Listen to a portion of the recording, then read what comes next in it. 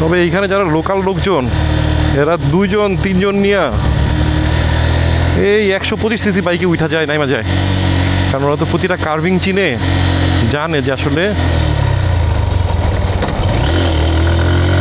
কেমনে ভালো হয়। যে সেকেন্ড গিয়ারে দিচ্ছি আল্লাহ ভরসা এবং উঠে গেছি ঢালে।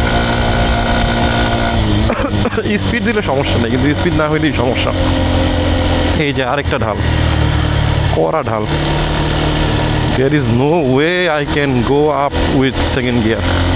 তারপরে একটা টান দিই যাতে একটু মাইলেজ পাওয়া যায়।